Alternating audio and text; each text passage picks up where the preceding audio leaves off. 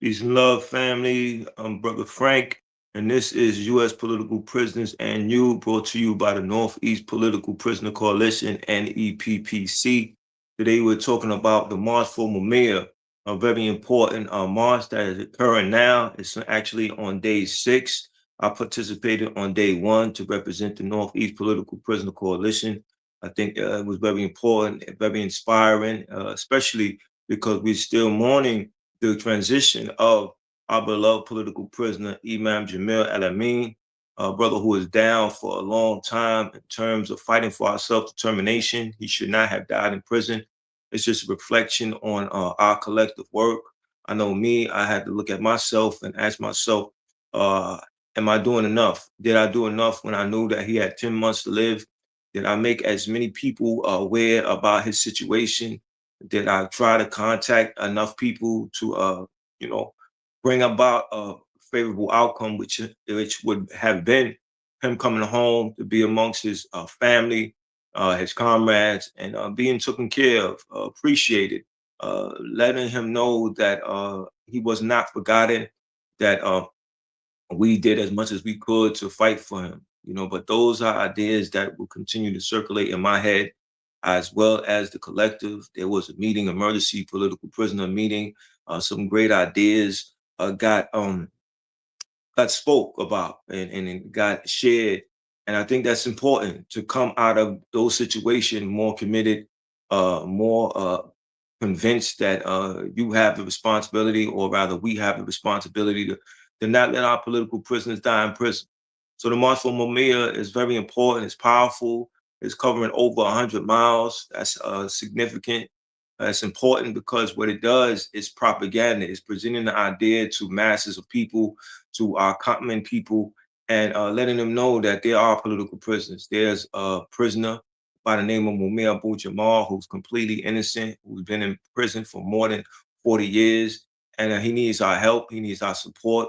We have to take a position when it comes to him being in prison that he does not deserve to be there, that he is not a criminal, he is not a terrorist. He, in fact, is a captured freedom fighter. And we know that his work continues. He continues to write some important books to inspire us, to raise our consciousness. So we have the duty to get involved, to stand up as a collective, to say that, Mumia Abu Jamal is one of our freedom fighters, and we are determined to bring him home. Let's do what is necessary. But prior to us starting to march, there was a rally, and great words were spoke. We poured libation in our African tradition. I thought that that was important, that was powerful, and let us know that this is our tradition of resistance, our tradition of fighting for our self determination, our right to uh, exist in our own terms, our right to control our own destiny, right? Mumia's destiny is in our hand. And that's why this march is going to raise awareness to a community. Um, the march is from, excuse me, it's from Philadelphia to Prattville, Pennsylvania. I'm going to get more into those details, but while I was at the march, I seen a number of people that I haven't seen in a while, and it was good. It was inspiring because I know those people felt the way I felt, that we just lost a political prisoner, and now with Mumia fighting a number of ailments, we have to step up. We have to do what is necessary. I know there was a petition that went out. I made sure I signed it and I sent it out because I want those who are viewing to always like, always share, but understand that this is just a platform to engage in the war of ideas, to put those ideas out Oh, there. I know. What's going on, brother Jimmy? That's Can y'all hear me? I know. Everybody say free Yeah, Mumia! Free Mumia! Free Mumia! We're getting ready yeah. to step off. I don't know how much time you got, comrade, and I don't want I'm hearing you to take now, you brother. too long. Can y'all hear me? Let me Yes, step loud right and to you. clear. Can you hear me? Right, we hear you good. We hear you good. Right. We have just wrapped up our press conference to mark the halfway uh, point of this epic long march for Mumia, 103 miles over 12 days. We're at the halfway mark. We got folks participating in this thing from all over the country. Mumia has an incredible doctor. Gotta say that, man. I'm so proud of Dr. Ricardo Alvarez. First time meeting him in person. A radical doctor. And we got radical doctors in our tradition. Don't we? Didn't we have Dr. Matulu Shakur? We got radical doctors in our tradition, but we don't have many of them. But Mumia is fortunate to really have a good brother rooted in in the spiritual traditions of our warrior ancestors doing this work. And so we got the ingredients to free Mumia one of these days, sooner than later.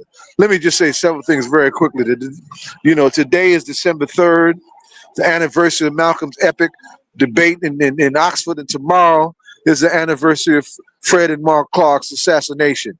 Both of them represent the best in our radical tradition. And they came after Mumia like they came after so many of our political prisoners because they represent the best in our radical tradition. So we have to be at our best, train up, because they can't get all of us. And do what we got to do to get this comrade free and to get all of our other comrades free.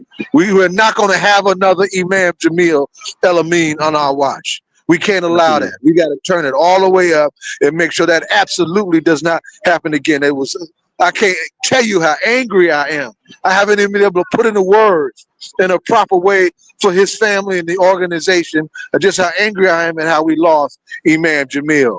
We got to get Kamal Siddiqui out. They dragging their feet on his release. We got to get him out. We got to build that campaign up and build up that support. And just like they say Asada's name, they need to be saying Kamal's name. Free Kamal Siddiqui. So we're working. We're ready. We're on the move, and that's where we at this particular moment. All right, thank you, my brother. I appreciate all of that. I wanted the people to know that there are people out there taking a very strong position when it comes to Mumia, and they need to know that we all got to do our part. We all got some work to do. I know that there was a petition. I signed it and I shared it. I think that was important. There's still some more days, so people got to find ways to support it. There's a number of March4Mumia.org. March4Mumia.org. And when y'all see people who y'all know doing this stuff on social media, blast all that stuff out. Blast it out like you got a goddamn machine gun. Blast that shit out. Absolutely, brother. Absolutely, brother. Thank you for your time, brother. Right on. We appreciate you, beloved. Keep pushing. Right on to the Northeast Political Prisoner Coalition. Right? Yeah. We appreciate y'all. We appreciate y'all. Long live Sekou Udinga. We appreciate y'all, beloved. We appreciate y'all, all right? Y'all stay strong. All power to the people. All power to the people. Yes, we appreciate that live coverage. Yes. That definitely was inspiring. It allowed me to understand that there's some work being done. And our people are very serious about that work being done. And I just want to go into the history of marches and how important and powerful and potential marches have. So I was looking through my encyclopedia. Well, this is the Africana Encyclopedia, very elaborate book on our history, and it speaks about March on Washington, 1961, a protest planned by A. Philip Randolph was canceled. The march was canceled after President Franklin D. Roosevelt established the Fair Employment Practices Committee to eliminate discrimination in World War II, defense industry hiring. And just let you know the power that marches have, that it could absolutely influence laws. It could influence these elected officials. Just imagine what we could do with this march as it relates to Mumia. We have to share the information. There's QR codes and let you know how you can support. Go to march4mumia.org. 1963, March on Washington, 1963, a massive public demonstration that articulated the goals of the civil rights movement.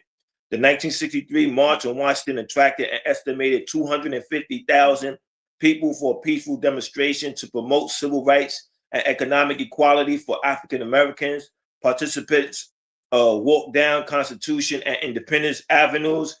Then 100 years after the Emancipation Proclamation was signed, gathered before the Lincoln Monument for speeches, songs, and prayer, televised live to an audience of millions. The march provided dramatic movements, most memorably the Reverend Martin Luther King's Jr.'s "I Have a Dream" speech.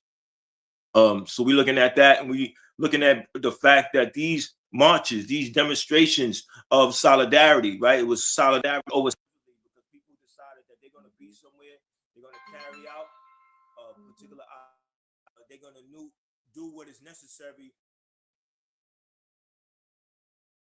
Let their people know that there's something that we need to do. We need to be very serious as it relates to what's going on to us. We need to be very serious as it relates to our political prisoners. If we want them to come home, if we don't want them to die in prison, it is our responsibility to do that, to make sure that we step up, to make sure that we accept our role and the challenges that come with fighting for our political prisoners. It's up to us to make that happen. And that's why, excuse me for the technical difficulties at this moment. I had a phone call, and that phone call interrupted the fluidity of this program. So deepest apologies. Please bear with me. But as I continue, so the March on Washington, it brought awareness about what was going on to people of African descent. It allowed people to understand that they were not alone. If you have over 250,000 people coming together, that's a very important number. That's very important as it relates to the situation at hand. You go to the Million Man March. The Million Man March in 1995, a rally organized by Nation of Islam, Minister Louis Farrakhan, and Benjamin Chavez to draw attention to the social conditions of African Americans and to urge Black men to assume control over their lives. So the estimate was more than 1 million of our brothers who went there. It was expression of solidarity in terms of what was going on in our community. And, they said it was a significant turnaround in terms of the violence in our community after the Million Man March. So it just lets you know that marches do transform people. It allowed people to consciousness to be raised. So this march on Mumia is very important. It's very significant because it puts us in position to actually raise more awareness about our political prisoners, to let our people know that our political prisoners have support. They have people who are willing to march, who are going to various communities, letting people know Mumia's name, letting people know that Mumia is innocent, that he needs to come home. And like Zaid said, that, this situation, this tragedy that just occurred with Imam Jamil Amin deeply disturbed us. It deeply disturbed him. And let us know that, we got to do better. We got to do more. We can't let our political prisoners be forgotten. We can't let them die in prison. We got to step up. In 1997, you had a Million Women March, grassroots organized Philadelphia, Pennsylvania, march of more than 1 million African American women seeking to build coalitions within the Black community. So we're seeing that this was an act of women coming together to raise awareness about what's going on and to show solidarity amongst each other, to let each other know that they're not alone, that there is a support system. Anytime you're going through something, there's nothing like a support system. There's nothing like that system that is there to remind you of your value, to remind you that, you don't need to feel down. You don't need to feel broken. You are not forgotten. You are needed. And we're here to remind you of who you are and what you belong to. And that's what's going on with the March for Mumia. Mumia is reminded that he has support. Mumia is reminded that he must continue to fight, that there are people willing to fight for him. Now, I just want to go back to the timeline on Selma, because this march was about 50 miles. So timeline of marches, the Selma and the Montgomery marches were a series of significant events in the civil rights movement, leading to the passage of the Voting Rights Act of 1965. I think that's a very key important point to say that it led to the passage of the Voting Rights Act of 1965. Because when we make historical references, we want to take those historical moments and we want to bring them to the present time. And we want to say, how can we learn from that? How can we utilize that to get what we want? So we got to be invigorated to take this idea and bring it to the issue with Mumia and other political prisoners. For Mumia Abu Jamal, just imagine that major victory that we get when we bring them home. Now we're making a claim to the entire United States that they are political prisoners and they are not ignored, they're not forgotten, and they are people who are willing to put their bodies on the line, to invest time in advocating for their freedom, because that's what it takes, right? It's preparation to get to a particular area. I know that me and some other comrades, we caught the 4:50 a.m. track. From there, we came together and we paid for Uber. The Uber got us to our place, and that's when the rally began. That was the first day. So just to let you know that the time, the preparation, the commitment, but it's all love, right? You say that we love our political prisoners. We say we love our fellow revolutionaries. We say we love freedom, right? But what are we doing about it? What actions are we putting behind that? And that's why I share that with you, to let you know that, coming on the podcast or putting together a podcast is just only one part of the work. You actually have to be amongst the people. You have to build relationships in communities around political prisoners and letting them know that, I'm the representation, or I'm the voice of one of several political prisoners. I'm here to do what is necessary to raise awareness of them, to make sure that they're not forgotten, to make sure that, the problems and the situations that we're currently fighting are not new problems. These are attacks on our right to self-determination. And I'm willing to do what is necessary to make sure that our self-determination rights is protected. So that's to let people know the importance of my presence and the importance of us identifying and connecting that to our political prisoners, so that the idea of the political prisoner is always in people's consciousness. So timeline of marches: the Selma to Montgomery marches were a series of significant events in the civil rights movement leading to the passage of the Voting Rights Act of 1965. Here's a timeline of key events leading up to and during the marches. 1962 to 1963, the Student Nonviolent Coordinating Committee began staging protests in Selma. October 7th, 1963, Freedom Day protests at the Dallas County Courthouse, where about 350 blacks lined up to register to vote. July 9th, 1964, Judge James Hare issues an injunction forbidding gatherings to discuss civil rights or voter registration in Selma. December 28th, 1964, Martin Luther King Jr. presents the SCLC Plan for Mass Action and Voter Registration Attempts to Selma. January 2nd, 1965, King begins his Selma campaign with about 700 African Americans at Brown Chapel. January 18th, 1965, Black civil rights advocates meet at Brown Chapel, leading to a march to the courthouse to register despite the junction.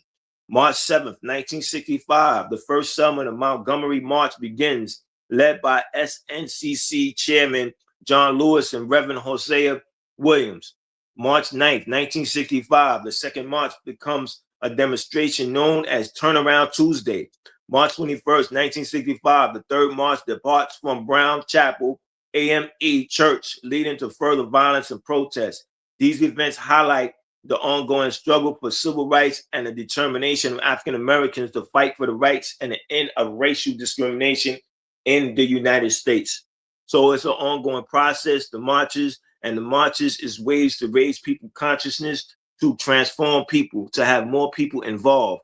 Now it's documented, it's history. So now when people decide what are they going to do about a particular situation, now they go into the history books and look at different times and who did what and why and what was the result. And that's why this March for Mumia is very important, because it's our history of resistance. It's one of the tactics that we took when we had to raise people's awareness about what was going on. In this particular case, a political prisoner by the name of Mumia Abu Jamal. And we're concerned because he's running out of legal options in terms of winning his freedom, right? But we making the case that, he shouldn't have been there this long. And we're making the case that we're taxpayers and it is our right to tell the system that this is what we want done. But it's a collective effort, right? We got to win more people to this claim, this idea. I know Colin Kaepernick, he supported Mumia. Lamar Hill, he supports Mumia. I know at one point Danny Glover, he support Mumia. You know, well, we got to get more people supporting Mumia. I know that there were a number of hip hop artists that support Mumia. You had KRS One Channel Live. They had a song around Mumia. You have Frau Munch. He was on a song that addressed Mumia. But we have to continue to let them know that they have the power to win more minds over to Mumia, because we live in a world where there's a mountain of distractions, as my field marshal would say, Coltrane Shimaranga. There's a mountain of distractions. You know, they got the algorithm, so you're looking at one thing, and now a number of other things are coming to claim your attention. But our attention needs to be focused on those who are standing for us, those who are putting their lives on the line to fight for our right to self-determination. People like Mumia Abu Jamal, people like Kamal Siddiqui, and so many others. You know, Imam Jamil Amin, he did so much for us. And, you know, it bothers me to continue to think about him dying in prison. You know, that's why we have to be more fiery when it comes to Mumia. We have to be more consistent when it comes to Mumia. We have to do what is necessary to support Mumia coming home and not dying in prison. So this is the flyer. I don't know if you have it or seen it, but you can get a copy of it at marchformumia.org. There's also an email. The email is marchformumia@gmail.com. The phone number is 862-240-6589. There's also a QR code. The QR code you can scan. It says participate in the march. That's one QR code. Another QR code, while we march. Another code, volunteer to support the march. That's another QR code. If I didn't give you enough time to get that information, please feel free to contact me and I could give you more of the information. One of the things that I want to make sure that I do before I leave is provide the information for our political prisoners so we can write to them. I got to do that tomorrow. If I don't get it to do it today, is write to a number of political prisoners. That was an assignment that was given to us as an organization. So I got to take that up upon myself so that I'm not guilty of telling you to do something that I'm not doing. But these are some of the contact information on our political prisoners. You know, letter means much. You know, I was on that emergency political prisoner call, and a former political prisoner said that when he received the postcard, it made him feel good.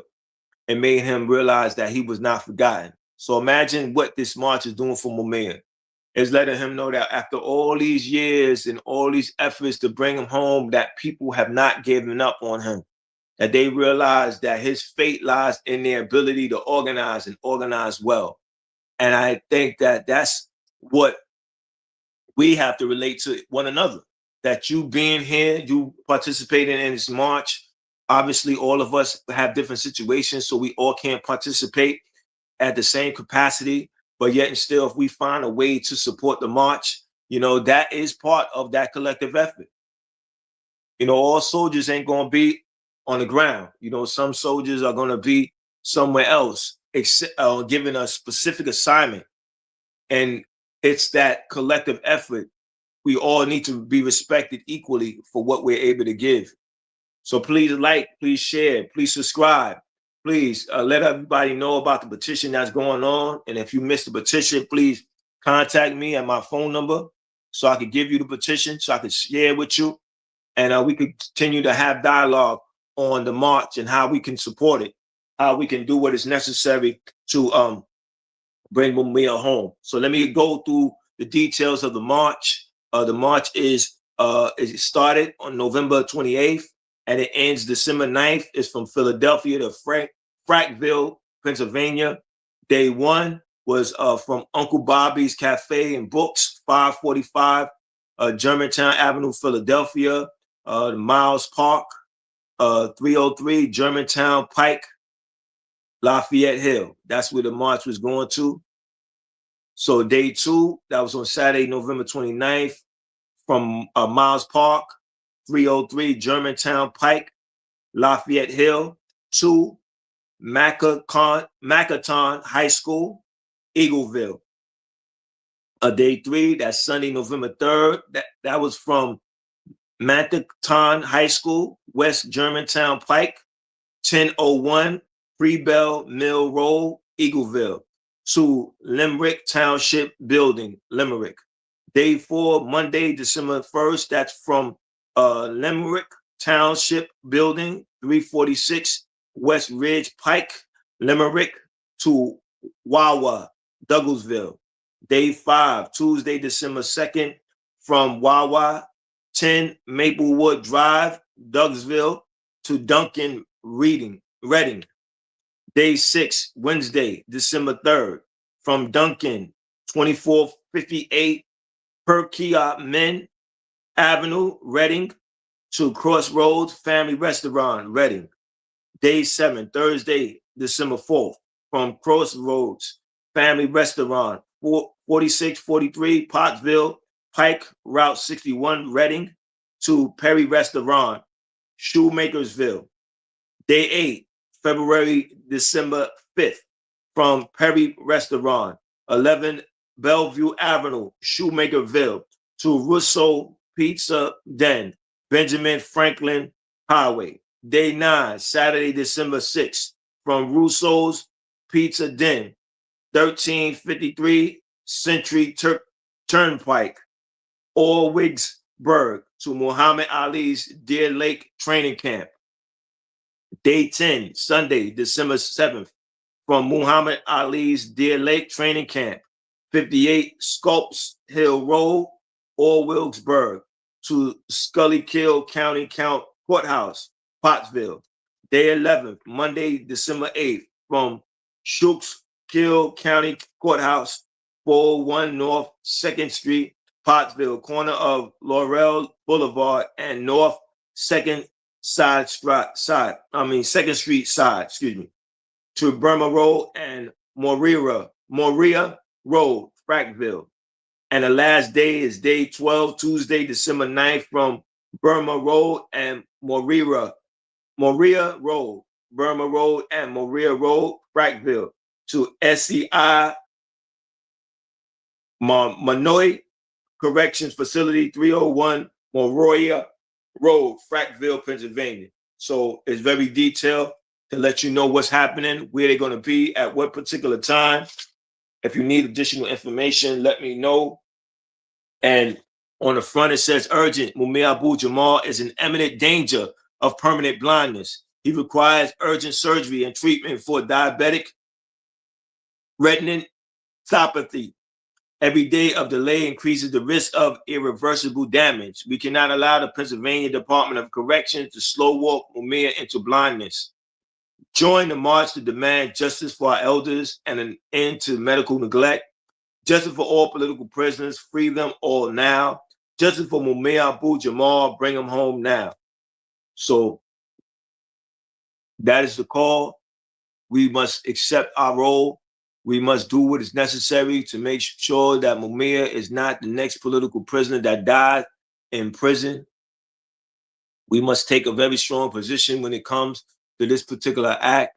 So marchformumia.org. Please share the information, share this particular episode. Let's come together and let's do what is necessary to bring our beloved political prisoner home.